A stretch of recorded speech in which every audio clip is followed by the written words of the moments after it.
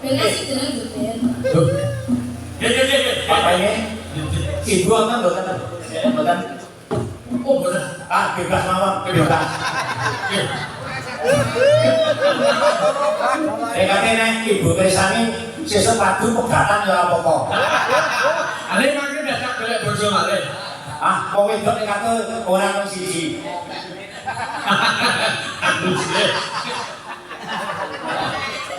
Kok kan ngene ndekku tangisan kok bare.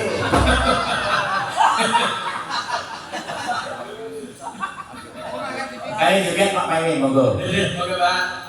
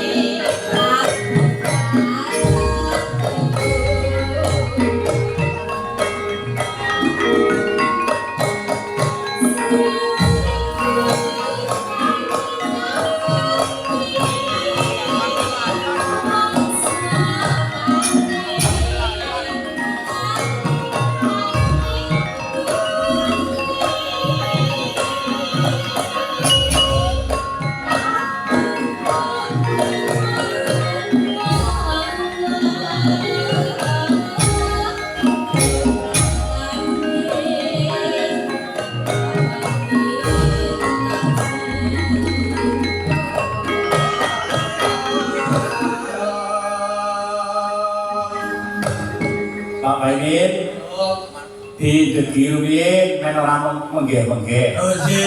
Nek wong tuwa ki napase kalau ngidul. Nggih sampun ngaten Pak. Inggih nami Aja nganti sampean bar nembang kok semaput. Oh boten. Boten lalen iku. Boten. Monggo.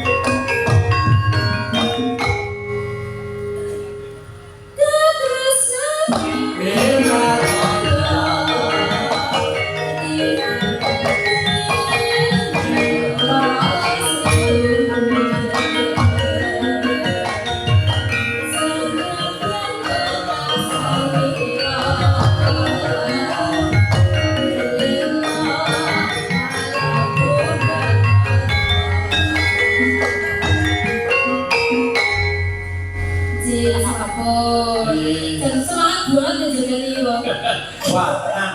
Tua kan semangat. Nggih, leres. Cara wong dalan iki ganti ajang ya semangat. Ora ning Pak Paimin, monggo ya kula. Usia udah tua semangat muda ya bang ya. Iya. Tua kan ganti. Niki kalau Pak Sandi, kula sampun minyak kami menuju dados pangundur panjenengan. Bobili wonten kalepatan kula nyuwun pangapunten kula tak ini derek sukawur kaliyan panjenengan nenggani panjenengan. Oh iya, matur Kula nuwun. tak Nggih, matur nggih Pak. nggih. Jenengan badhe nunggoni kula tekan sesuk-esuk. Ning boten kemarin penjara nyuwun panjangan kula. Wah, ampun kuwatos boten jalaran. Ngaten Pak.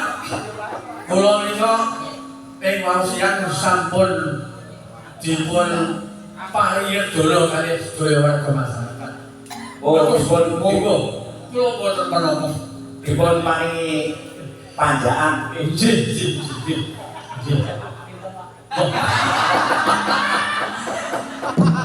Nyuwun sewu kek bamiku kula aturi nyuwun prisa babakan.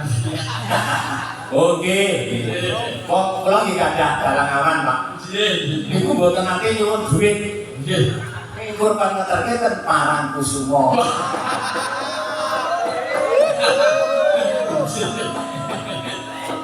Dewan menonton apa? Hari itu wae ten mriko. Ini apa ya Pak? Monggo perlu kasihkan. Oh nggih.